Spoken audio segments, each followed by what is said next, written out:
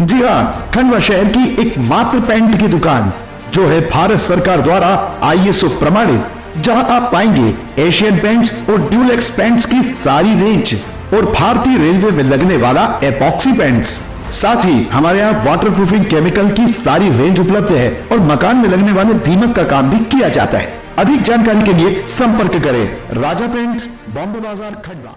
दूसरा मामला यह है कि समाज के सरदार सतपाल सिंह जी चावला, जिनकी की दुकान medical store Jain nursing home के पीछे है, उसके पड़ोस में एक लालवानी जी का प्लाट था, जिसमें उन्होंने नगर पालिका से निगम मांगी थी मकान, रहवासी मकान बनाने के लिए, जो उनको परमिशन नहीं मिली। उन्होंने उसका काम शुरू कर दिया, खुदाई शुरू कर दी। तो उस खुदाई में 10 फीट से नीचे तक उन्होंने खोद दिया।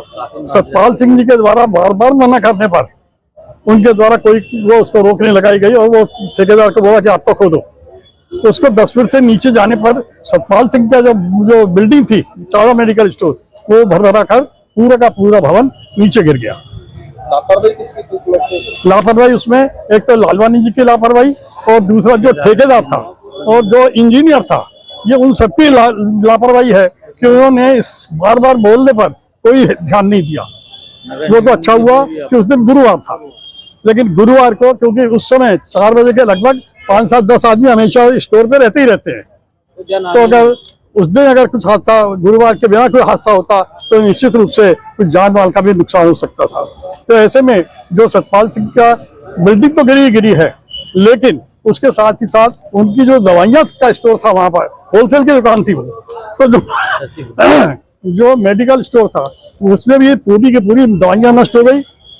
तो नष्ट होने के साथ साथ ये उनकी मानवता है कि वो दवाइयाँ नष्ट होने के बाद वो बोल गया उन्होंने कि मैं इसमें से कोई दवाई नहीं बेचूंगा, क्योंकि किसी पर क्या रिएक्शन हो जाएगा कह नहीं सकते। इसलिए जो कार्रवाई हुई है, नगर निगम से हम अपील करते हैं कि नगर निगम जिनकी भी गलती है उसमें, चाहे वो भवन मालिक की हो यानी प्लाट मालिक की हो, चाहे ठेकेदार की हो, चाहे इंजीनियर की हो, उनके विरुद्ध कड़ी से कड़ी सजा का प्रावधान किया जाए और भविष्य में भी जो ऐसे भवन चल रहे बनना, उनकी भी निगरानी कर उनको भी जांच की जाए कि वो भवन की अनुमति है या नहीं। यहाँ पर माननीय आयुक्त महोदय ने भी उसी दिन स्टेटमेंट दिया था कि इस भवन की कोई अनुमति नहीं है, नगर पालिका के द्वारा कोई अनुमति नहीं दी गई है। तो इस हमारा निवेदन यही है कि जो कार्रवाई की जाना है वो उचित कार्रवाई की जाए और जो भी दोषी हैं उसके विरुद्ध सख्त से सख्त कार्रवाई की जाए। मैं चूंकि वो सिंह सभा के सक्रिय सदस्य हैं, तो मैं JS कुकरेजा, अध्यक्ष श्री गुरु सिंह सभा, खंडवा। आपकी मेडिकल एजेंसी की अभी हादसा हुआ था, तो उसमें किसकी लापरवाही आप मानते हो, क्या है? मैं सतपाल सिंह चावला, उम्र 70 वर्ष। मेरा एक व्यवसाय है जो मैं अपने पुत्र और अपना स्टाफ के साथ में करता हूं, जो कि मेरी आजीविका का साधन भी है और मैं वो व्यापार करके अपना भरण पोषण भी करता हूं। उस भवन के पड़ोस में खैराजमल लालवानी ने एक 30 बाय 120 का प्लाट खरीदा और उस पर शॉपिंग कॉम्प्लेक्स निर्माण करने के हिसाब से, उसकी तलघर बनाने के हिसाब से उसने उसकी खुदाई की, जिसकी की नगर निगम खंडवा के द्वारा कोई अनुमति भी नहीं थी और उसको वो खुदाई करता गया 10 फीट तक। मैं कई बार उसको मना किया है। पड़ोसी धर्म की वजह से, सद्भावना की वजह से मैंने उसको पूरा हमेशा सहयोग किया, वाईफाई दिया, बिजली का दिया और भी जो सामान की जरूरत पड़ती थी उसको देता था। परंतु मैं इसलिए शिकायत नहीं किया कि भाई पड़ोस में बिल्डिंग बना रहा है, मैं उसकी पड़ोसी हूँ, उसके खिलाफ कार्रवाई करके मैं अपना एक बुराई नहीं लेता, हमेशा पड़ोस के धर्म के हिसाब से।